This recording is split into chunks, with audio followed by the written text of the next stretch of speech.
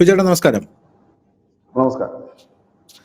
നമ്മുടെ ഓൺലൈൻ മാധ്യമങ്ങൾക്കിടയിൽ എന്തിനു പറയുന്നു, ചിലപ്പോൾ സാറ്റലൈറ്റ് മാധ്യമങ്ങൾക്കിടയിൽ പോലും പാകിസ്ഥാനിലെ സർഗോദ എയർബേസ് വഴി കർണി ഹിൽസിലെ ന്യൂക്ലിയർ ഇൻസ്റ്റലേഷൻസിൽ ഇന്ത്യ കൈവച്ചതിന്റെ വാർത്ത ഒരുപക്ഷെ ന്യൂസ് ഇന്ത്യ മലയാളമായിരിക്കും ആദ്യം കൊടുത്തത് എന്നാണ് നമ്മൾ കഴിഞ്ഞ ദിവസം ഇതിനെക്കുറിച്ച് ചർച്ച ചെയ്തിരുന്നു ന്യൂസിൽ. ഇന്ന് അത് സകല മാധ്യമങ്ങളും ഏറ്റെടുത്ത് കൊണ്ടുപിടിച്ച് ചർച്ച ചെയ്യുന്നുണ്ട്. ഇവരൊക്കെ പറയുന്നത് കർണി ഹിൽസിൽ നമ്മുടെ രാജ്യം അടിച്ചു എന്നാണ് പറയുന്നത്, ന്യൂക്ലിയർ ബേസ് തകർന്നു എന്നൊക്കെയാണ് അവർ പറയുന്നത്. പക്ഷേ യഥാർത്ഥത്തിൽ അങ്ങനെയൊന്നും സംഭവിച്ചിട്ടില്ല. കർണി ഹിൽസിന്റെ ഒരു 100 മീറ്റർ അപ്പുറം അതിന്റെ പടിക്കൽ കൊണ്ട് ബോംബിട്ടു എന്നുള്ളതാണ് നമുക്ക് മനസ്സിലാക്കാനായിട്ട് സാധിക്കുന്നതും അങ്ങനെയാണ് റിപ്പോർട്ടുകൾ പുറത്തു വരുന്നതും. അപ്പോൾ ഇങ്ങനെ ഒരു റിപ്പോർട്ട് പുറത്തു വരുമ്പോൾ കഴിഞ്ഞ ദിവസം തന്നെ വലിയ ചർച്ചകൾ ഉടലെടുത്തിരുന്നു. ആ ചർച്ചകളുടെ പശ്ചാത്തലത്തിൽ നമ്മുടെ ഈ ഫ്ലൈറ്റുകളെല്ലാം സ്പോട്ട് ചെയ്യാൻ പറ്റിയ ഒരു ആപ്പ് ഉണ്ട്, നമ്മൾ ഈ വിൻഡി ആപ്പ് പോലെ ഉണ്ടല്ലോ. നമുക്ക് അതിൽ ലോകത്തിലുള്ള ഏത് ഫ്ലൈറ്റ് എവിടെയൊക്കെ പോകുന്നു, എങ്ങനെ പോകുന്നു, ഏത് റൂട്ടിൽ കൂടെ പോകുന്നു, അതിന്റെ കൃത്യമായിട്ടുള്ള സംഭവങ്ങളൊക്കെ അറിയാനുള്ള ആപ്പ് ഉണ്ട്. അപ്പോൾ അതിനകത്ത് നോക്കിയപ്പോൾ ഇന്നലെ പാകിസ്ഥാനിൽ നമ്മുടെ US നാഷണൽ ന്യൂക്ലിയർ സേഫ്റ്റി അഡ്മിനിസ്ട്രേഷന്റെ ന്യൂക്ലിയർ എമർജൻസി സപ്പോർട്ട് എയർക്രാഫ്റ്റ് അത് പാകിസ്ഥാനിൽ എത്തിയിട്ടുണ്ട്. അതായത് ഈ ആണവ നിലയങ്ങൾ സംരക്ഷിക്കാൻ പാകിസ്ഥാൻ ഉണ്ടായിരിക്കുന്ന സമിതിയുടെ എവിടെയെങ്കിലും ആണവ നിലയത്തിൽ എന്തെങ്കിലും കേടുപാടുകളോ എന്തെങ്കിലും അറ്റാക്കുകളോ വല്ലതും വരുമ്പോൾ ഇവരവിടെ ഓടിയെത്തും എന്നുള്ളതാണ് പ്രധാനപ്പെട്ട ഒരു കാര്യം എന്ന് പറയുന്നത്. അപ്പൊ അങ്ങനെ ആ വിമാനം പാകിസ്ഥാനിൽ എത്തിയിട്ടുണ്ട്. അപ്പോൾ അവിടെ പാകിസ്ഥാനിൽ ആ വിമാനം എത്തിയത് മുതൽ നമ്മുടെ സകല മാധ്യമങ്ങളും അതിശയോക്തി കലർത്തി പാകിസ്ഥാൻ ന്യൂക്ലിയർ നിലയത്തിന് മുകളിൽ ഇന്ത്യ ബോംബിട്ടു. യഥാർത്ഥത്തിൽ അങ്ങനെ ചെയ്യാൻ പാടില്ല, അതൊരു വാർ ക്രൈമാണ്. ഇന്ത്യ ഒരിക്കലും അത് ക്ലെയിം ചെയ്യില്ല, ഞങ്ങൾ അതിന്റെ മുകളിൽ ബോംബിട്ടു. ഇന്ത്യൻ സൈന്യം കഴിഞ്ഞ ദിവസം പറഞ്ഞെന്താണ്, ഞങ്ങളുടെ പണി എന്ന് പറയുന്നത് അടിക്കുക എന്നുള്ളതാണ്, അവിടെയുള്ള അരി പറക്കി എടുക്കുക എന്നുള്ളത് നമ്മുടെ പണിയല്ല എന്ന് പറയുന്നത്. ഇന്ത്യൻ സൈന്യം അങ്ങനെയാണ് പറഞ്ഞത്. ഇവിടെ എത്ര കാഷ്വാലിറ്റി ഉണ്ടായെന്ന് നമ്മൾ അറിയേണ്ട ആവശ്യമില്ല, നമ്മൾ അടിക്കുക, പ്രിസൈസ് ലൊക്കേഷനിൽ പോയി അടിക്കുക എന്നുള്ളത് മാത്രമേ ഉള്ളൂ എന്ന് പറയുന്നു. പോരാത്തതിന് അമേരിക്കയും ഇസ്രായേലും പോലും ധൈര്യപ്പെട്ടിട്ടില്ല. അവരാണ് ലോകത്ത് ഏറ്റവും കൂടുതൽ യുദ്ധം നടത്തുന്നത്. എന്തിനു പറയുന്നു, യുക്രൈനും റഷ്യയും തമ്മിലുള്ള യുദ്ധം നടന്നിട്ട് യുക്രൈൻ റഷ്യയുടെ ആണവ നിലയത്തിൽ അടിച്ചോ? ഇല്ലല്ലോ. ഇസ്രായേൽ ഇറാന്റെ ആണവ നിലയത്തിൽ അടിച്ചു എന്ന് പല ആൾക്കാരും അതിശയോക്തി കലർത്തി വാർത്ത കൊടുക്കുന്നുണ്ട്. പക്ഷെ അവരെ ആണവ നിലയം തുടങ്ങാൻ പോലും യഥാർത്ഥത്തിൽ ഇസ്രായേൽ സമ്മതിക്കില്ല. അതിനകത്ത് കയറി ഇസ്രായേൽ ചാരന്മാർ അവിടുത്തെ സയന്റിസ്റ്റുകളെ കൊല്ലുകയാണ് ചെയ്യുന്നത്. അല്ലാതെ തുറന്നൊരു യുദ്ധത്തിലോട്ടൊന്നും ആരും പോകത്തില്ല എന്നുള്ളതാണ്. അപ്പൊ ഇത് മനസ്സിലാക്കി അമേരിക്ക പറന്നിറങ്ങി എന്നുള്ള റിപ്പോർട്ടുകളുണ്ട്. അതായത് നമ്മൾ കൊടുത്ത തിരിച്ചടി പാകിസ്ഥാനും ലോകവും കരുതുന്നതിലും എത്രയോ മുകളിലാണ് എന്നാണ് ഇത് സൂചിപ്പിക്കുന്നത്. ഇതൊന്നാമത്തെ കാര്യം. ഇനി ഇതൊന്നുമല്ല യഥാർത്ഥത്തിലുള്ള തിരിച്ചടി. ഏറ്റവും വലിയൊരു ഡിപ്ലോമാറ്റിക് വിൻ ഇന്ത്യക്ക് ഉണ്ടായി എന്ന് പറഞ്ഞ് ഇപ്പോൾ ഒരു ചർച്ച നടക്കുന്നുണ്ട്. അത് പാകിസ്ഥാനെയും ചൈനയും തമ്മിൽ തിരിക്കാൻ നമുക്ക് സാധിച്ചു, ഇവരെ തമ്മിൽ മുഖാമുഖം കൊണ്ടുവരാൻ നമുക്ക് സാധിച്ചു എന്നുള്ളതാണ്. യഥാർത്ഥത്തിൽ ഇന്ത്യ കൊടുത്ത തിരിച്ചടിയുടെ വ്യാപ്തി ഓരോ ദിവസം കഴിയും തോറും കൂടി വരികയാണ്. വിളിച്ചിട്ട എന്താണ് തോന്നുന്നത്? ഈ കെർണി ഹിൽസിലെ ഈ ആണവ കേന്ദ്രം ആക്രമിച്ചു എന്നുള്ളൊരു വാർത്ത തെറ്റാണ് എന്ന് തന്നെ പറയേണ്ടി വരും. കാരണം അത് ആക്രമിച്ചതിനെന്തെങ്കിലും കേടുപാട് പറ്റിക്കഴിഞ്ഞാൽ അത് പാകിസ്ഥാനെ മാത്രമല്ല ബാധിക്കുക, അഫ്ഗാന്റെ ഭാഗങ്ങൾ, ചൈനയുടെ ഭാഗങ്ങൾ, ഇന്ത്യയുടെ കാശ്മീർ അടക്കമുള്ള ഭാഗങ്ങളിലൊക്കെ ഈ അണുവികരണം ഉണ്ടാകും. അപ്പൊ അതെന്തായാലും സംഭവിച്ചിട്ടില്ല. അങ്ങനെ സംഭവിച്ചിരുന്നെങ്കിൽ അതൊരു വലിയ വാർത്തയായി വരുമായിരുന്നു. പക്ഷെ ഇവിടെ ഒരു സാധ്യത നിലനിൽക്കുന്നുണ്ട്. കാരണം ഈ സർഗോദ എയർപോർട്ടുമായി ബന്ധപ്പെട്ട് അവിടെയാണ് ഈ പറയുന്ന പാകിസ്ഥാന്റെ ന്യൂക്ലിയർ മിസൈലുകൾ, ന്യൂക്ലിയർ മിസൈൽസ് ഉള്ളത്. അപ്പോൾ ഇന്ത്യ അവിടെ ഒരു അടി കൊടുക്കുക എന്ന് വെച്ചാൽ അതൊരു തടയലാണ്, ഒരു പ്രിക്കോഷനാണ്. അതായത് അവര് ഗത്യന്തരമില്ലാതെ അവരാദ്യം ഉപയോഗിക്കുന്ന ആയുധം ഒരുപക്ഷെ ആണവായുധം തന്നെയാണ്. അപ്പൊ അതിനു മുമ്പ് അവിടുത്തെ സിസ്റ്റങ്ങൾ ബ്ലോക്ക് ചെയ്യുക, അതായത് ആണവായുധ കേന്ദ്രം നശിപ്പിക്കുകയോ ഇല്ല ആണവായുധങ്ങൾ ചെയ്യിപ്പിക്കുകയോ അല്ല നമ്മുടെ ഉദ്ദേശം. പകരം അവർക്ക് അവിടെ വർക്ക് ചെയ്യാതിരിക്കാൻ വേണ്ടിയിട്ട് അവിടുത്തെ സിസ്റ്റം ബ്ലോക്ക് ചെയ്യുക. ആ സിസ്റ്റം ബ്ലോക്ക് ചെയ്യണമെങ്കിൽ അവിടുത്തെ സിസ്റ്റം അടിച്ച് കളയുക എന്നുള്ളതാണ്. അതായത് ഈ പറയുന്ന ഈ എയർപോർട്ടിൽ സ്ഥിതി ചെയ്യുന്ന ഈ ബാലിസ്റ്റിക് മിസൈൽ കേന്ദ്രത്തിന്റെ സിസ്റ്റം തകർക്കുക എന്നുള്ളതാണ്. ഈ വിമാനം അവിടെ പറന്നു പോകാനുള്ള സൗകര്യം നശിപ്പിക്കണം, റൺവേ ഉൾപ്പെടെ നശിപ്പിക്കേണ്ടി വരും. ഒപ്പം തന്നെ അവരുടെ സാങ്കേതികപരമായ തടസ്സങ്ങൾ സൃഷ്ടിക്കേണ്ടി വരും. അങ്ങനെ വന്നു കഴിഞ്ഞാൽ അവർക്കിത് നമുക്കെതിരെ ഉപയോഗിക്കാൻ കഴിയില്ല. അത് ഒരുപക്ഷെ നടക്കാവുന്ന ഒരു സാധ്യതയാണ്. നടക്കാവുന്ന സാധ്യത ഒരു 95% നടക്കാവുന്ന ഒരു സാധ്യത ഇത് മാത്രമാണ്. കാരണം കൃത്യമായി തന്നെ, അതായത് ഇപ്പൊ എന്റെ കയ്യിൽ ഒരു ആണവായുധമുണ്ട്, ഞാനത് ഉപയോഗിക്കണമെങ്കിൽ അത് ഞാനൊരു മിസൈലിലേക്ക് അടുപ്പിച്ച് അത് ഇത് ചെയ്യണം. പക്ഷെ ആ ഒരു സ്ഥലം തന്നെ ഇല്ലെങ്കിൽ അവിടെ ഒരു ടെക്നിക്കൽ എറർ ഉണ്ടെങ്കിൽ എനിക്ക് ചെയ്യാൻ കഴിയില്ല. അപ്പോൾ ആദ്യം തന്നെ ആ വഴി അടയ്ക്കുന്നതിന് വേണ്ടിയിട്ടാകണം ഇന്ത്യ ആക്രമണം നടത്തിയിരിക്കുന്നത്. അതായത് പാകിസ്ഥാൻ ആ ആയുധം എടുക്കാൻ സാധിക്കരുത് എന്ന് തന്നെ കരുതി തന്നെ ചെയ്തിരിക്കുന്ന ഒരു കാര്യം അത് തന്നെയാണ്. അല്ലാതെ ആണവ നിലയം ആക്രമിക്കുക എന്ന് പറയുന്നു, പിന്നെ ആണവ നിലയത്തിൽ ചോർച്ച ഉണ്ടെന്ന് പറയുന്നു, അങ്ങനെയൊക്കെ ഉണ്ടെങ്കിൽ അതൊരു വലിയ വാർത്ത തന്നെയായി മാറും. ഏതായാലും അത് നമുക്ക് അറിയില്ല അതിനെക്കുറിച്ച്. കാരണം അത് നമ്മളെയും ബാധിക്കുന്നതാണ്. അത് 2-3 രാജ്യങ്ങളെ ബാധിക്കും. ലോകരാജ്യങ്ങളൊക്കെ ചാടി വീണിപ്പോൾ ഇന്ത്യ വലിച്ചു കയറി ഒട്ടിക്കും. അതൊന്നും സാധ്യതയില്ല. അതെ എനിക്ക് അതെ തോന്നുന്നു ഇതായിരിക്കണം. കാരണം അതിന്റെ ആ ഒരു ബേസിൽ തന്നെ നിൽക്കുന്ന എയർപോർട്ടിൽ തന്നെയാണ് അടിച്ചത് എന്ന് പറയുമ്പോൾ അവിടെ നിന്നാണ് ഇവിടെ ഈ ആണവ ബാലിസ്റ്റിക് മിസൈലുകൾ വിക്ഷേപിക്കാൻ പോകുന്നത്. അപ്പൊ ആ വിക്ഷേപണി ഉൾപ്പെടെ ഇല്ലെങ്കിൽ അതിന് പറ്റുന്ന സാങ്കേതിക സംവിധാനങ്ങൾ ഉൾപ്പെടെ അടിച്ചു തകർക്കുക. ഒപ്പം തന്നെ ഈ അവിടുന്ന് പറന്നു വരുന്ന ഫൈറ്റർ ജെറ്റുകൾക്ക് പറക്കാൻ കഴിയാത്ത വിധം റൺവേ നശിപ്പിക്കുക. ഈ രണ്ട് കാര്യങ്ങൾ ചെയ്താൽ ആണവായുധം ഉണ്ട് എങ്കിൽ പോലും അത് ഉപയോഗിക്കാനായിട്ടുള്ള ബുദ്ധിമുട്ടുകൾ വളരെ വലുതാണ്. അത് അതെ തന്നെയായിരിക്കും പ്രാഥമികമായി ഏതൊരു രാജ്യവും ചെയ്യുന്ന കാര്യം തന്നെയാണ് ഇന്ത്യ ചെയ്തത്. പക്ഷെ കുറച്ചുകൂടി കടത്തി ചെയ്തു എന്ന് വേണമെങ്കിൽ പറയാം. കാരണം മനുഷ്യർ അത് സൂചിപ്പിച്ചിടക്ക് ഇസ്രയേലും ഇറാനും തമ്മിൽ വലിയ ഉടക്കൊക്കെ ഉണ്ടെങ്കിലും ഇന്ന് വരെ ഉം. ഈ അവരുടെ ആണവ നിലയം തകർക്കുന്ന തരത്തിലേക്ക് ഒരു ഇസ്രയേൽ നേരിട്ടൊരു യുദ്ധത്തിലേക്ക് പോയിട്ടില്ല. അപ്പോൾ അതെ അങ്ങനെ ഒരു സാഹചര്യത്തിൽ ഇത് നമ്മൾ ചെയ്തു. അതായത് കണ്ണടച്ച് തുറക്കും മുമ്പ് ആണവായുധം അടുത്തുണ്ടെങ്കിൽ പോലും അതിൽ കൈവെക്കാൻ കഴിയാത്ത വിധത്തിൽ അത് ബ്ലോക്ക് ചെയ്തു എന്നുള്ളതാകണം ഇതിന് മനസ്സിലാക്കാൻ കഴിയുന്ന ഒന്ന്. പക്ഷെ അതെ ഇതിനേക്കാളൊക്കെ അതെ അപ്പുറം ഈ കുറഞ്ഞ നാളുകൾ കൊണ്ട്, ഈ കുറഞ്ഞ ദിവസങ്ങൾ കൊണ്ട് ഇന്ത്യ ഈ തിരിച്ചടിക്കും അപ്പുറമാണ് വലിയ വിജയങ്ങൾ നേടി. അതിലൊന്ന് ഉം, ഉം, ഉം. നമ്മൾ ഏവരും ആഗ്രഹിച്ചിരുന്ന ഒരു കാര്യമുണ്ട്, കാലാകാലങ്ങളായിട്ട് നമ്മൾ പറയുന്ന കാര്യമുണ്ട്. കാരണം ഈ ഏറ്റവും കൂടുതൽ തീവ്രവാദികളെ പരിശീലിപ്പിച്ച് പാകിസ്ഥാൻ വളർത്തിയെടുക്കുന്ന സ്ഥലം എന്ന് പറഞ്ഞു കഴിഞ്ഞാൽ ഈ ലഷ്കർ-ഇ തോയ്ബയുടെ ആസ്ഥാനമൊക്കെ സ്ഥിതി ചെയ്യുന്ന പഞ്ചാബ് പ്രവിശ്യയിൽ നിന്നാണ്. ഈ പഞ്ചാബിലെ അതെ ചെറുപ്പക്കാരന്മാരെയാണ് ഈ മദ്രസയിൽ കൊണ്ടുപോകുന്നു, പഠിപ്പിക്കുന്നു. അവിടെ വെച്ച് ട്രെയിനിങ് കൊടുത്തുകൊണ്ട് ഈ പലപ്പോഴും ഈ മദ്രസ എന്ന് കേൾക്കുമ്പോൾ നമ്മുടെ നാട്ടിലൊക്കെ ഉള്ളവർക്ക് തെറ്റിദ്ധാരണയുണ്ട്. നമ്മുടെ നാട്ടിലും മദ്രസകളും മറ്റുമൊക്കെ ഉണ്ട്. സെയിം അർത്ഥം തന്നെയാണ് രണ്ടും മതപാഠശാലകൾ തന്നെയാണ്. പക്ഷേ ഇത് രണ്ടും രണ്ട് രീതിയിലാണ് പ്രവർത്തിക്കുന്നതും കൂടാണ് നമ്മൾ ആദ്യം മനസ്സിലാക്കുന്നത്. നമ്മളിവിടെ ഉം, ഉം. നോക്കുമ്പോഴത്തേനും മദ്രസ പോകുന്ന കുട്ടികളെ കാണാം, അവർ തിരിച്ചു വരുന്നതാണ്. പക്ഷെ ആ കുട്ടികൾ തിരിച്ചു വന്നതിന് ശേഷം നമ്മുടെ നാട്ടിലാണെങ്കിൽ അവർ സ്കൂളിലും കോളേജിലും ഒക്കെ പോവുകയും ഇല്ലെങ്കിൽ മറ്റു പഠനങ്ങൾക്ക് പോവുകയും ഒക്കെ ചെയ്യും. മറ്റേ ആ സിസ്റ്റം അങ്ങനെയല്ല. അവിടെ നിന്ന് തന്നെ ഇത്തരത്തിലുള്ള ക്ലാസ്സുകൾ, ഇപ്പോൾ ഇന്നലെ ഒരു റിട്ടയർഡ് സൈനിക ഉദ്യോഗസ്ഥൻ പറയുന്നത് കേട്ടു, ഈ അവിടെ ഈ ഉം, 3 മാസത്തെ ട്രെയിനിങ് കോഴ്സുകളും മറ്റും ഉണ്ട്, ഈ ഭീകരവാദത്തിനുള്ള ട്രെയിനിങ് കോഴ്സുകളും മറ്റും. അപ്പൊ ഈ ഉം. വിദ്യാഭ്യാസ സ്ഥാപനങ്ങൾക്കാണ് പൊതുവെ ആ വാക്ക് ഉപയോഗിക്കുന്നത്. ഈ രണ്ട് ഒരർത്ഥമാണെങ്കിലും രണ്ട് ആംഗിളിൽ പോകുന്ന സ്ഥാപനങ്ങളാണ്. അപ്പം അവിടെ പഠിച്ചിട്ട് ഇവരെ അവിടെ നിന്നാണ് ഈ ഒരു ഭീകരവാദിയാക്കി മോൾഡ് ചെയ്തെടുത്തിട്ട് കാശ്മീരിൽ കൊണ്ടുവരും. അതുകൊണ്ടാണ് പഞ്ചാബ് പ്രവിശ്യയുടെ പാകിസ്ഥാനിലെ ഈ സാമ്പത്തിക മെച്ചമുള്ള ഒരു പ്രദേശം ഈ പഞ്ചാബ് പ്രവിശ്യയാണ്.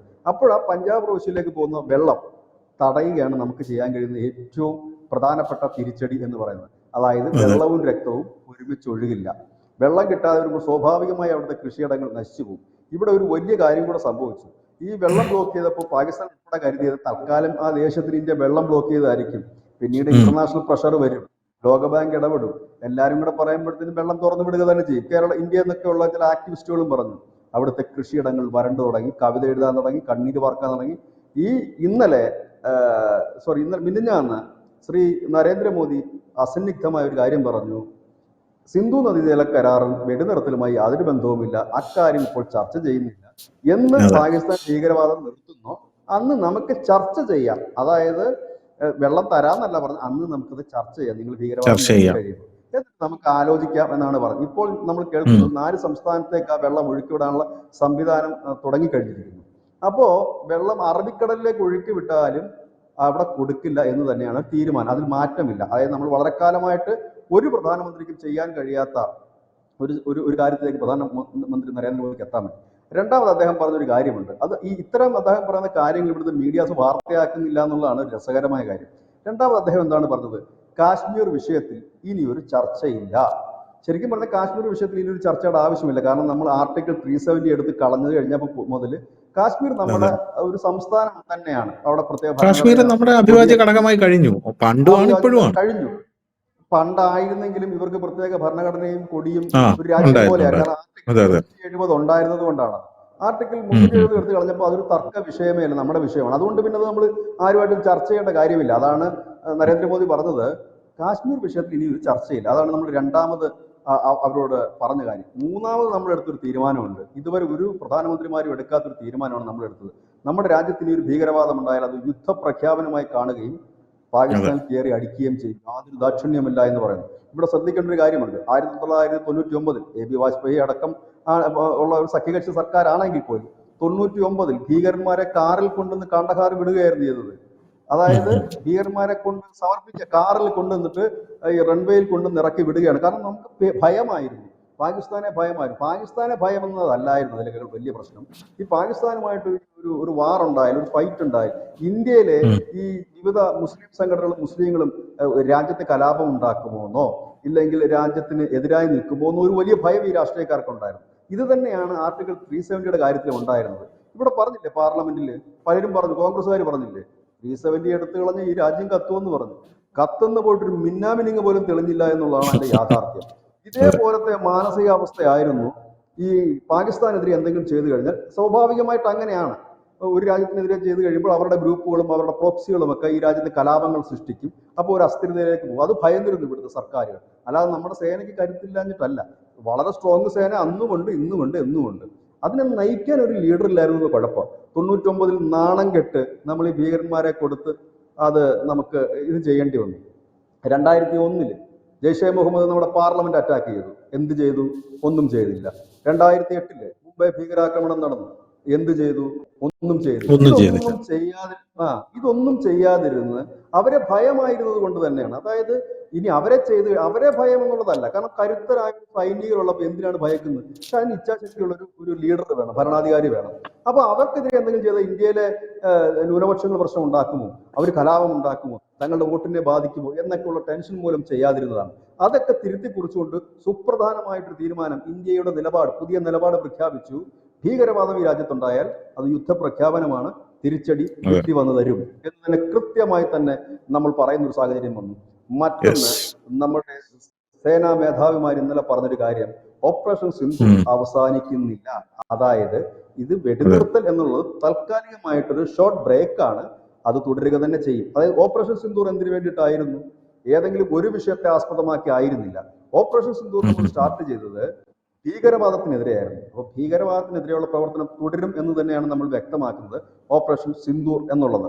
അതായത് കൃത്യമായി തന്നെ പ്രഹരിക്കേണ്ട സ്ഥലങ്ങളിൽ പ്രഹരിച്ചപ്പോൾ ഒരുപക്ഷെ ലോകരാജ്യങ്ങൾ തന്നെ ഞെട്ടിയിട്ടുണ്ടാകും. കാരണം നമുക്ക് ഇന്റർനാഷണൽ മീഡിയാസ് നിന്ന് മനസ്സിലാകുന്ന ഒരു കാര്യം, അവരുടെ അനാലിസിസ് എന്നൊക്കെ മനസ്സിലാകുന്ന ഒരു കാര്യം, ഒരിക്കലും ഈ ആണവ ഈ ശക്തിയായ രാജ്യത്തെ വേറൊരു രാജ്യം സാധാരണഗതിയിൽ അങ്ങനെ വലിയ രീതിയിൽ അറ്റാക്ക് ചെയ്യാറില്ല. എല്ലാവർക്കും ഭയമാണ്. പക്ഷെ ഇവിടെ ഇന്ത്യ പുട്ടുപോലെ അറ്റാക്ക് ചെയ്തു എന്ന് മാത്രമല്ല, ഒരു 90 മണിക്കൂറിനകം വിറപ്പിച്ച് നാശമാക്കി കളഞ്ഞു എന്നുള്ള അവിടെ മർമ്മത്ത് അടികെട്ടി. ഇപ്പോൾ അമേരിക്കയുടെ വിമാനം വന്നു എന്നുള്ളത് ഒരു പരസ്യമായ രഹസ്യമാണ്, എല്ലാവർക്കും അറിയാവുന്ന കാര്യമാണ്. ഈ പറയുന്ന ധനുഷ് നേരത്തെ സൂചിപ്പിച്ച അവരുടെ ഈ ടെക്നിക്കൽ ആയിട്ടുള്ള ഈ ആണവ കേന്ദ്രങ്ങൾ മറ്റും പരിശോധിക്കുന്നതിന്റെയും അതിനെ മെയിൻറ്റെയിൻ ചെയ്യുന്നതിന്റെയുമായിട്ടൊരു വിങ് എത്തി എന്നുള്ളത് പരസ്യമായ ഒരു കാര്യമാണ്. Nuclear emergency support aircraft. അപ്പൊ അവരത് അവിടെ ചുമ്മാതെ പറഞ്ഞൊരു കാര്യമില്ല. ഈ ഒരു അടി കിട്ടിക്കഴിഞ്ഞപ്പോഴാണ് പാകിസ്ഥാൻ, അതാണ് ആ കഥ ചേർത്ത് ആ ഒരു കാര്യം, ആ ദിവസം നടന്ന കാര്യങ്ങൾ ചേർത്ത് വായിക്കുമ്പോൾ ഇപ്പൊ എല്ലാം സിങ്കായി. ആ ഒരു അടി കിട്ടിയതിന് ശേഷം രാവിലെ തന്നെ പാകിസ്ഥാൻ സൈന്യ മേധാവികൾ അമേരിക്കയെ വിളിക്കുന്നു, നടന്നിട്ടുണ്ടെന്ന് പറയുന്നു. സ്വാഭാവികമായി തന്നെ അമേരിക്കയും കൂടെ ഇടപെട്ടിട്ടാണല്ലോ ഇവരുടെ ഈ ആണവ കേന്ദ്രത്തിന്റെ പകുതി പണിയൊക്കെ നടത്തി മുമ്പോട്ട് കൊണ്ടുപോയിക്കൊണ്ടിരിക്കുന്നത്. കാരണം അവരുടെ ഒരു കൺട്രോളിലാണ് അതിന്റെ കുറേയൊക്കെ ഇരിക്കുന്നത്. ഉടൻ തന്നെ അവരത് ഇടപെട്ടിട്ട് ഇന്ത്യയോട് ചോദിക്കുന്നതാണ് എന്താണ് വേണ്ടത്, എന്താണ് ഇത് തീരാനായിട്ട് വേണ്ടതെന്ന് വെച്ച് അവർ പറയട്ടെ, നമ്മൾ നിർത്തിക്കോളാം എന്ന് പറയുന്നു.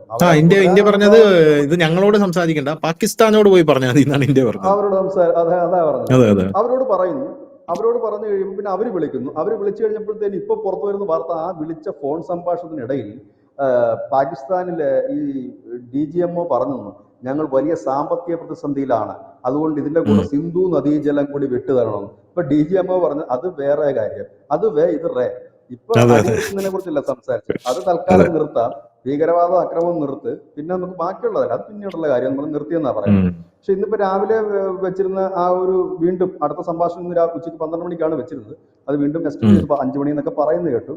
ഏതായാലും ഇന്ത്യ ഇപ്പൊ കുറച്ചുകൂടി തെളിവുകൾ പുറത്തു വിട്ടുകൊണ്ട് കാര്യങ്ങൾ വന്നിരിക്കുന്നു. ചൈന പാകിസ്ഥാനെ സഹായിച്ചു എന്ന് തന്നെ വളരെ ക്ലിയർ ആയിട്ട് തന്നെ ഇന്ത്യ പറയുന്നു. പക്ഷെ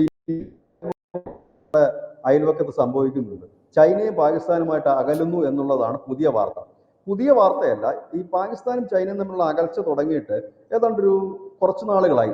നമ്മൾ ഈ ന്യൂസിന്റെ മലയാളത്തിൽ അത് ചർച്ച ചെയ്തിട്ടുണ്ട്. അതിന് എന്താ കാരണമെന്ന് ചോദിച്ചു കഴിഞ്ഞാൽ, ഈ ഗദ്ദാർ തുറമുഖവും അതിനോട് ചേർന്നിട്ട് ഒരു വലിയ എയർപോർട്ട്, പാകിസ്ഥാനിലെ തന്നെ ഏറ്റവും വലിയൊരു എയർപോർട്ടും ചൈനയാണ് പണി കഴിപ്പിച്ചത്. സാധാരണഗതിയിൽ ഈ എയർപോർട്ടും തുറമുഖവും ഒക്കെ പണി കഴിഞ്ഞാൽ പിന്നെ അത് ചാലുവായി അതിനകത്ത് വർക്കുകൾ നടന്നാൽ മാത്രമേ, ട്രേഡിങ് മറ്റുള്ള കാര്യങ്ങൾ നടന്നാൽ മാത്രമേ ഈ മുടക്കിയവന് പൈസ തിരിച്ചു കിട്ടത്തുള്ളൂ. അപ്പോൾ അത് പൂർത്തിയാക്കിയെങ്കിലും അതിന് ഫംഗ്ഷൻ ചെയ്യാൻ കഴിയുന്നില്ല. കാരണം ഈ ബലൂചിസ്ഥാൻ ലിബറേഷൻ ആർമിയുടെ വലിയ ആക്രമണം, ഏതാണ്ട് 50-ൽ പരം ഈ ചൈനീസ് പൗരന്മാരെയാണ് അവർ കൊന്നത്. ചൈനക്കാരെ കണ്ട് അപ്പം തല്ലിക്കൊല്ലുന്ന ഒരു അവസ്ഥയിലേക്കാണ് ബലൂചിസ്ഥാനിൽ പോയിക്കൊണ്ടിരിക്കുന്നത്. അത് കഴിഞ്ഞപ്പോഴത്തേക്ക് നമുക്ക് ഓർമ്മയുണ്ടാകും, ഈ ഷഹബാസ് ഷെരീഫിനെ ചൈനയുടെ അംബാസഡർ പാകിസ്ഥാനിൽ വിളിച്ചു വരുത്തി, വലിയ വാർത്തയായിരുന്നു. ലോകത്ത് ആദ്യമായിട്ടാണ് ഒരു രാജ്യത്തിന്റെ അംബാസഡർ ആ രാജ്യത്തിന്റെ പ്രധാനമന്ത്രിയെ വിളിച്ചു വരുത്തുന്നത്. എന്നിട്ട് അവരുടെ പ്രതിഷേധം രേഖപ്പെടുത്തുന്ന പുള്ളി വിളിച്ചു വരുത്തിയിട്ട. സാധാരണ പ്രധാനമന്ത്രിയുടെ ഓഫീസ് വിളിച്ചു വരുത്തിയാണ് അംബാസഡർമാർക്ക് ഞങ്ങളുടെ പ്രതിഷേധമുണ്ടെന്ന് അറിയിച്ചിട്ട് സാധനം കൊടുക്കുന്നെങ്കിൽ ഇത് പുള്ളി വിളിച്ചിട്ടാണ് അവിടെ വെച്ച് കൊടുക്കുന്നത്, ചൈന അംബാസഡറെ. അപ്പൊ അന്നേ അവർ പറഞ്ഞിട്ട് ഞങ്ങളുടെ പണം ഞങ്ങൾക്ക് തിരികെ വേണം എന്ന് പറഞ്ഞു. ഇപ്പോഴത്തെ അവസ്ഥയിൽ പാകിസ്ഥാനിൽ ആ പണം തിരികെ കൊടുക്കാനില്ല. നിലവിലെ സാഹചര്യത്തിൽ ബലൂചിസ്ഥാനിലെ പ്രശ്നം നാൾക്ക് നാൾ കുളവാകുന്നുണ്ട്. ഈ ഒരു സാഹചര്യത്തിൽ ഇത് മുൻപോട്ട് പോവുക അസാധ്യമായ ഒരു കാര്യമാണ്. അപ്പം ഈ ഒരു സാഹചര്യത്തിൽ കൂടെ ഇങ്ങനെ നിൽക്കുമ്പോഴാണ് ഈ നടന്ന സംഘർഷത്തിൽ ചൈനയ്ക്ക് ആയുധങ്ങൾ വാങ്ങിയതല്ലാതെ ഒരു റോളും ഉണ്ടായിരുന്നില്ല എന്നുള്ളതാണ് യാഥാർത്ഥ്യം. കാരണം എന്താണെന്ന് വെച്ച് കഴിഞ്ഞാൽ ചൈന തുടക്കത്തിലെ ഒന്ന് വലിഞ്ഞു നിന്നതിന്റെ കാരണം എന്ന് വെച്ചാൽ പാകിസ്ഥാനെ സഹായിക്കാൻ പോയി കഴിഞ്ഞാൽ ഒരു മെച്ചവും കിട്ടത്തില്ല, പകരം ഉള്ളത് പോവുകയും ചെയ്യും. കാരണം ഇനി ഇന്ത്യയായിട്ട് ഭാവിയിൽ ട്രേഡിംഗ് നടത്തുക എന്നുള്ളത് അസാധ്യമായി തീരും. അമേരിക്കയുടെ കണ്ണിലെ കരടായി മാറും. കാരണം അമേരിക്കയുടെ ഒരു പാർട്ണർ ആണല്ലോ പാകിസ്ഥാൻ. പക്ഷെ അങ്ങനെ ഇരിക്കുമ്പോഴാണ് ഈ വൈദ്യം കൽപ്പിച്ചതും പാല് രോഗി ഇച്ഛിച്ചതും പാലെന്ന് പറയുന്ന കണക്ക് ഈ കിരാന ഹിൽസിന് സമീപത്തേക്ക് ഇന്ത്യയുടെ വജ്രായുധം പതിക്കുന്നത്. പിന്നെ വിളിക്കാൻ ഒരു ആളെ ഉള്ളൂ, അമേരിക്ക മാത്രമേ ഉള്ളൂ വിളിക്കാൻ, വേറെ ആരെയും വിളിച്ചിട്ട് കാര്യമില്ല. കാരണം ചൈനയുടെ മിസൈലിന്റെ ഗതി എന്താണെന്ന് പാകിസ്ഥാന് നന്നായിട്ട് അറിയാം. അപ്പൊ ഇനി ഇങ്ങനൊരു ഈ ആണവ കേന്ദ്രത്തിന്റെ സമീപം ഒരു അറ്റാക്ക് ഒക്കെ നടക്കുന്ന ആ സമയത്ത് ചൈനയെ കൂടെ വിളിച്ചു കഴിഞ്ഞാൽ ചൈന ആദ്യം ഇവിടെ നിന്ന് അടിച്ചുകൊണ്ട് പോകാൻ പറ്റുമെന്നായിരിക്കും അവർ ആദ്യം നോക്കുന്നത്. ബാക്കിയുള്ളതിൽ നശിപ്പിച്ചിട്ട് പോകാൻ പറ്റുമെന്നായിരിക്കും നോക്കുന്നത്. അതുകൊണ്ട് അവരെ അല്ല വിളിച്ച് അമേരിക്ക തന്നെയാണ് വിളിച്ചത്. ഇതും അവരുടെ കലിപ്പിനൊരു കാരണമായി. ഇതിലൊരു റോളും ചൈനയ്ക്ക് അവർ കൊടുത്തില്ല. അവർ ചൈനയെ കണ്ടിരുന്നത് അവരുടെ ഒരു സപ്പോർട്ടറായിട്ട്, അതായത് യുദ്ധ സമയത്ത് ഒരു പാർട്ണറെ പോലെയാണ് അവർ എക്കാലവും കണ്ടിരുന്നെന്നുള്ളൊരു ബുദ്ധിമുട്ട് ചൈനയ്ക്കുണ്ട്. ഒന്നാമത്തെ കാര്യം, സാമ്പത്തികമായി ലാഭങ്ങളൊന്നും തന്നെയല്ല. അവിടെ മുടക്കിയ പൈസ എല്ലാം വെള്ളത്തിൽ പോയി. ബെൽറ്റ് ആൻഡ് റോഡ് പകുതി ഒഴുക്കി വെച്ച് നിർത്തി. മറ്റേ വിമാനത്താവളം ഫംഗ്ഷൻ അല്ല, തുറമുഖം ഫംഗ്ഷൻ അല്ല.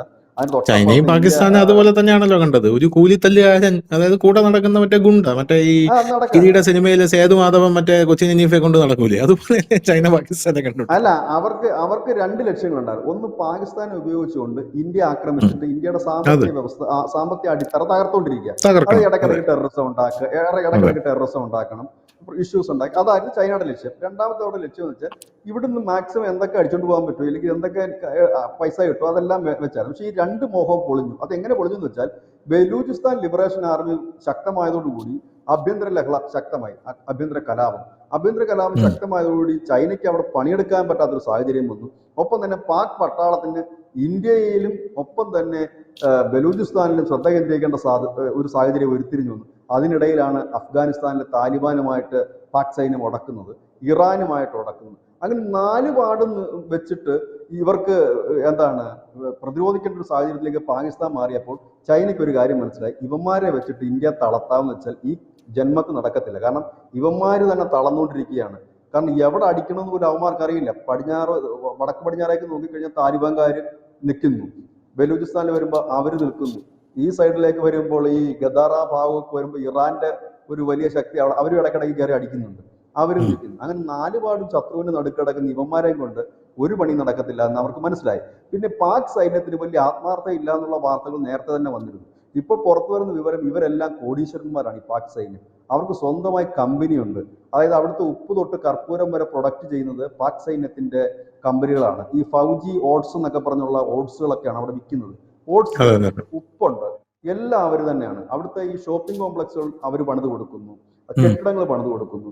ഏതാണ്ട് 4000 കോടി രൂപയുടെ ആസ്തിയാണ് അവിടുത്തെ ഈ സൈനികരുടെ ട്രസ്റ്റ് എന്ന് പറഞ്ഞ് അവർ ഉണ്ടാക്കിയിട്ട് അതുവഴി നടത്തുന്ന കമ്പനികൾക്കുള്ളത്.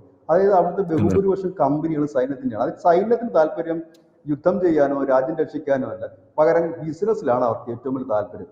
എന്നിട്ട് ഈ ബിസിനസ് പല അറബ് കൺട്രീസിലേക്കും അവർ വ്യാപിപ്പിച്ചുകൊണ്ടിരിക്കുകയാണ്. അവരുടെ ഹോട്ടൽ ശൃംഖല, പിന്നെ പട്ടാളക്കാരുടെ ചപ്പാത്തി, പട്ടാളക്കാരുടെ ഓട്സ്, ഇതൊക്കെ. അപ്പം നമുക്കറിയാലോ, പട്ടാളക്കാർ തന്നെ നേരിട്ടിറക്കുന്നു. പട്ടാള ഭരണം തന്നെ നിലനിൽക്കുന്ന ഒരു രാജ്യം, അവിടെ മറ്റു കമ്പനികൾക്ക് വലിയ സ്കോപ്പ് ഉണ്ടോന്നും ചെയ്യില്ല. ഇനിയിപ്പോൾ അധികം താമസിക്കാതെ അവർ വാഹന വിപണിയിലേക്കൊക്കെ ഇറങ്ങുമെന്ന് അറിയത്തില്ല. ഏതാണ്ട് എല്ലാ ഉൽപ്പന്നങ്ങളും അവരുടെയാണ്, എല്ലാം ഫൗജിയാണ്. ഇല്ലെങ്കിൽ പട്ടാളക്കാരുടെ പാകിസ്ഥാൻ ആർമി വെൽഫെയർ ട്രസ്റ്റ് അങ്ങനെയൊക്കെ പറഞ്ഞിട്ടാണ് ഇവിടുന്ന് വരുന്നത്. അപ്പോൾ ഇവർ മുഴുവൻ ബിസിനസ്സുകാരാണ്.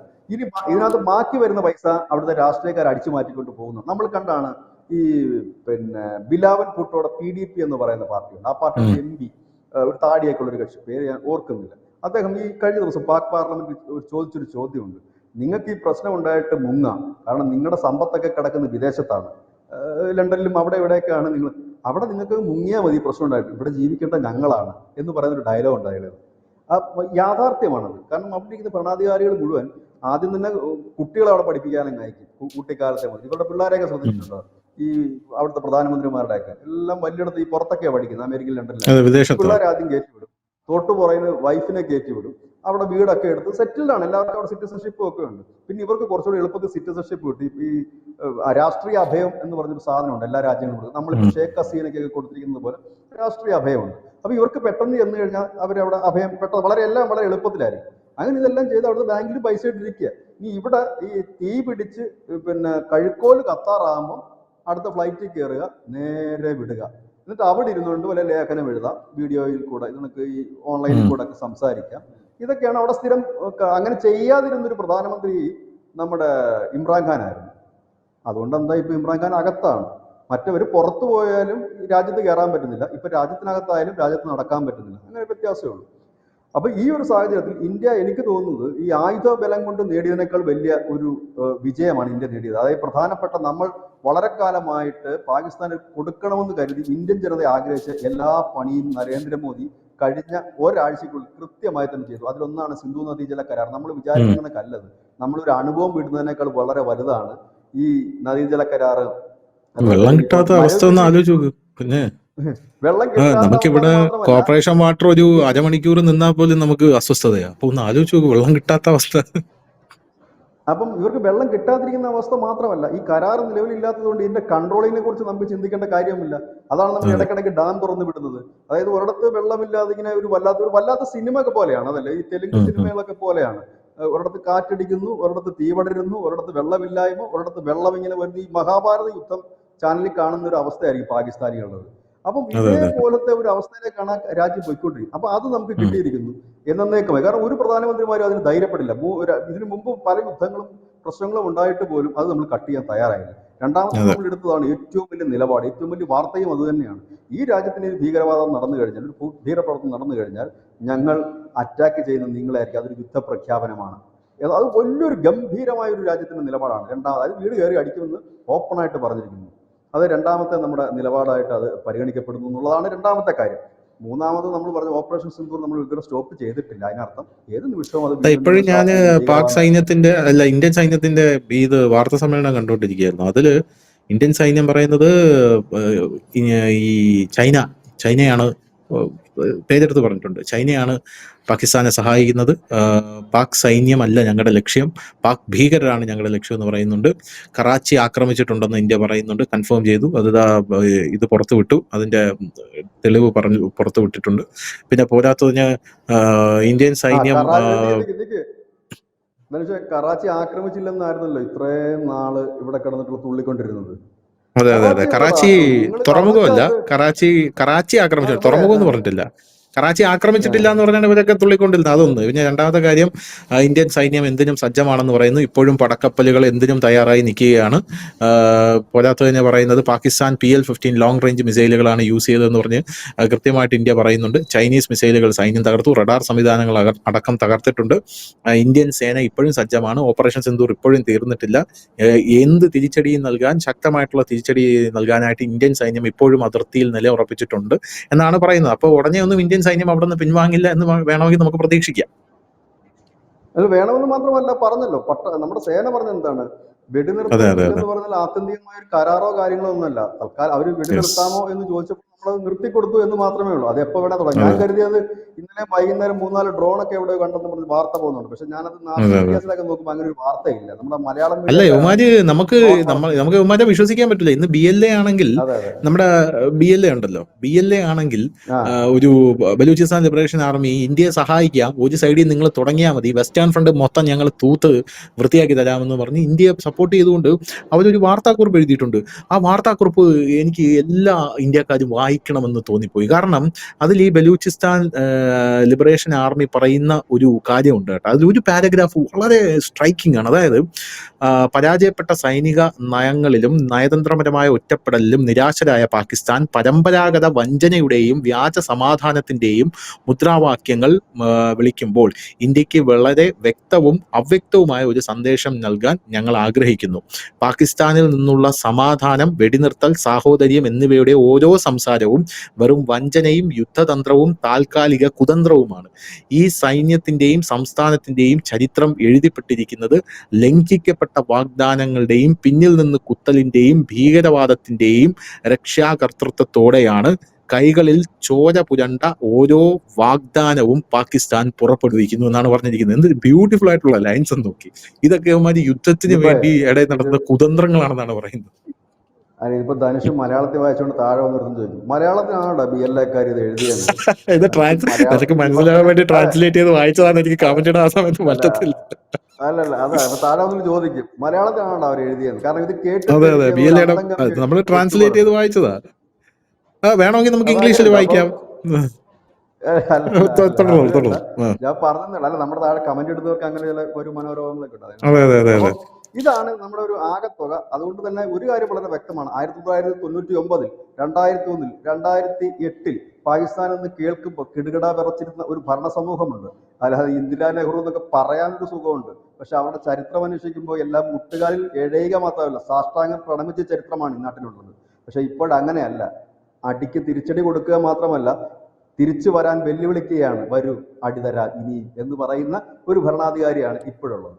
ഇത് തന്നെ ഒരു വലിയ വിജയം തന്നെയാണ്. പിന്നെ വേറൊരു കാര്യമുണ്ട്, എന്താ പറയുന്നത്, എന്ത് തന്നെ ചെയ്താലും അത് നമ്മുടെ രാജ്യം നശിക്കണം എന്ന് കരുതി ഇരിക്കുന്ന ഒരു വലിയ ഒരു ചെറിയ വിഭാഗം ആളുകൾ എല്ലായിടത്തും ഉണ്ട്. അവർക്കിത് സഹിക്കില്ല, അവരിങ്ങനെ കമന്റ് ഇട്ടുകൊണ്ടിരിക്കും. പക്ഷെ ഇപ്പോഴും അതിന് വേറൊരു പ്രത്യേകതയുണ്ട്. അതിന് ജാതിയോ മതമോ ഒന്നുമില്ല. അത്തരം കമന്റുകൾ ആരിട്ട് കഴിഞ്ഞാൽ അവർക്കൊരു പേരേ ഈ രാജ്യം നൽകാറുള്ളൂ. ഇപ്പോ രാജ്യദ്രോഹികൾ, കുലകുത്തികൾ എന്നൊരു പേരേ ഉള്ളത്. അതിനകത്ത് കുടാപ്പിയോ കമ്മിയോ കൊങ്ങിയോ അല്ല. അങ്ങനെ കമന്റ് ഇടുന്നവരൊക്കെ പിടിക്കുന്നുണ്ട് കേട്ടോ. ഇന്നലെ ഒരു മലയാളിയെ പിടിച്ചിട്ടുണ്ട്. ATS ഇവിടെ കേരളത്തിൽ എത്തിയിട്ടുണ്ട്. അല്ലല്ല, അവൻ കമന്റ് ഇട്ടവൻ മാത്രമല്ല, അവൻ ഇച്ചിരി കൊടുംഭീകരൻ. അവനവിടെ ഈ ബഹൽഗാമിൽ ഭീകരന്റെ വീട് തകർത്തപ്പോ ഇവനും ഒരു 7 പേരെ കൂടെ കൂട്ടിക്കൊണ്ട് എന്റെ പൊന്നു ചേട്ടാ, ഇതിൽ ഏറ്റവും വലിയൊരു കാര്യം അറിയണം, ഇത് മാധ്യമങ്ങൾ റിപ്പോർട്ട് ചെയ്യുന്നതാ കേട്ടോ. നമ്മുടെ സ്വന്തം മാധ്യമങ്ങൾ. ഞാൻ ഇന്നലെ ഏതോ ചാനലില്ല, എന്റെ പേര് എനിക്ക് അറിയണം, വ്യക്തത ഇല്ലാത്തതുകൊണ്ട് ഞാൻ പറയുന്നില്ല എന്നുള്ളതേ ഉള്ളൂ. അതായത് ഇപ്പോൾ ഞാനും ബിജുചേട്ടനും വേറെ ഏത് ഓൺലൈൻ മാധ്യമ പ്രവർത്തനത്തിൽ ഏർപ്പെട്ടിരിക്കുന്നവരെല്ലാം ഇവന്മാർക്ക് യൂട്യൂബർമാരാ. അതേസമയം കമന്റ് ഇട്ട് ATS പിടിച്ചുകൊണ്ട് പോയി ഇവിടെ തെളിവെടുപ്പെത്തിയിരിക്കുന്ന അവന്റെ വീട്ടിൽ നിന്ന് ലഘുലേഖയൊക്കെ കിട്ടിയിട്ടുണ്ട്. ഇവൻ ആരാണെന്ന് അറിയാമോ? ഇവനെ വിശേഷിപ്പിച്ച് എന്താണെന്ന് അറിയാമോ? ഈ റിപ്പോർട്ടർമാര് സ്വതന്ത്ര മാധ്യമ പ്രവർത്തകൻ. സ്വതന്ത്ര മാധ്യമ പ്രവർത്തകൻ. നമ്മളൊക്കെ യൂട്യൂബർമാര്, രാജ്യത്തിന് വേണ്ടി വാർത്ത ചെയ്യുന്നത്. ഇവൻ സ്വതന്ത്ര മാധ്യമ പ്രവർത്തകൻ. അല്ല, അവരത് സ്വതന്ത്ര മാധ്യമ പ്രവർത്തകൻ പറയാനാണ്. കാപ്പന്റെ കൂട്ടുകാരനായത്. കാപ്പൻ പറഞ്ഞിട്ടാണ് ഇവിടെ ഒരു കാശ്മീരിലെ ജനങ്ങൾ എന്ന് പറഞ്ഞിട്ട് ഇവനൊരു സെമിനാർ നടത്തി കൊച്ചിയിൽ. ഇതൊക്കെ നമുക്ക് നേരത്തെ കിട്ടിയ വാർത്തകളാണ്. പിന്നെ ഞാനത് അതിനെ വലിയൊരു ഇൻട്രസ്റ്റിംഗ് എനിക്ക് തോന്നാത്തതുകൊണ്ട് ഞാനത് കൊടുക്കാഞ്ഞതാണ്. ഈ നമ്മുടെ ഈ പഹൽഗാമില് ഇപ്പൊ ഈ അടുത്ത് നമ്മുടെ സേന അവിടുത്തെ ഭീകരന്മാരുടെ വീട് തകർത്തപ്പോ ഇവനൊരു 8-9 പേരെ സംഘടിപ്പിച്ചു കൊച്ചിയില് പനമ്പള്ളി നഗറിൽ ഇവനൊരു പ്രകടനം നടത്തി. പോലീസ് പൊക്കി അന്നൊരു കേസ് ഉണ്ടായിരുന്നു. അത് കഴിഞ്ഞിട്ടാണ് ഇവൻ ഓൾറെഡി ലിസ്റ്റിലുള്ളതാണ്. ഇവൻ ഈ മാവോയിസ്റ്റ് സംഘടനകളുടെ അംഗമാണെന്നൊക്കെ പറയുന്നു. മാവോയിസ്റ്റും ഈ ജിഹാദീസും എല്ലാം ഒരുപോലെ തന്നെ ഉള്ളൂ. അതിന് വലിയ ഒരേ തൂവൽ പക്ഷികളാണ്. അപ്പൊ ഇതാണ്. അപ്പൊ ഇയാള് യൂട്യൂബറാണ്. ഇയാള് ഈ കാപ്പന്റെ ഇന്റർവ്യൂസ് ഒക്കെ എടുത്തായിരുന്നു. കാപ്പൻ അങ്ങനെയാണ് ഇങ്ങനെയാണെന്നൊക്കെ പറഞ്ഞു. ഇയാളുടെ കാപ്പനുമായിട്ട് നിൽക്കുന്ന ഫോട്ടോസ് ഒക്കെ എന്റെ കിടപ്പുണ്ട്. ഒരുപാട് വീഡിയോസും ഫോട്ടോസൊക്കെ എനിക്ക് പലരും അയച്ചു തന്നിട്ടുണ്ടായിരുന്നു. ഞാൻ പിന്നെ അതിന് സ്പേസ് കിട്ടാതെ കൊടുക്കാവുന്നതാണ്. എനിക്ക് അതിന്റെ ഡീറ്റെയിൽസ് മുഴുവൻ എനിക്ക് കിട്ടിയായിരുന്നു. ഇത് ഇന്നലെ തന്നെ കിട്ടിയായിരുന്നു. പക്ഷെ നമ്മൾ ഈ വാറ് പോയിക്കൊണ്ടിരിക്കുന്നുണ്ട്. അതിന്റെ ഇടയ്ക്ക് ഒരു വാറോല പോകുന്നു വെച്ചിട്ടാണ് ഇത് കൊടുക്കാതിരുന്നത്. കാരണം അവരൊക്കെ പോയി കിടക്കും. ഇതിനൊക്കെ ചവറപ്പുറം ഒരുപാടെണ്ണം പോകുന്നുണ്ട്. അതിന് പിന്നെ ഒരു പ്രാധാന്യമുള്ള കേസൊന്നുമില്ല. അത് അകത്ത് കിടക്കേണ്ടതാണ്, പണ്ടേ അകത്ത് കിടക്കേണ്ടതാണ്. അതെ. എന്തായാലും ഇതുപോലൊരു വലിയ ശുദ്ധികലശം നമ്മുടെ നാട്ടിൽ നടത്തേണ്ടതായിട്ടിരിക്കുന്നു. ഉടനെ തന്നെ അത് നടത്തും എന്നുള്ള കാര്യത്തിൽ യാതൊരു തർക്കമില്ല. കാരണം അവിടെ എല്ലാം ഒന്ന് ശാന്തമായി കഴിഞ്ഞാൽ പിന്നെ അടുത്തത് അകത്തോട്ട് തന്നെയാണ് വരുന്നത്. അതുകൊണ്ട് ആരും പേടിക്കേണ്ട എന്നുള്ളതാണ് ഇപ്പൊ പറയാനുള്ളത്. എന്തായാലും താങ്ക് യു ചേട്ടാ, താങ്ക് യു സോ മച്ച്.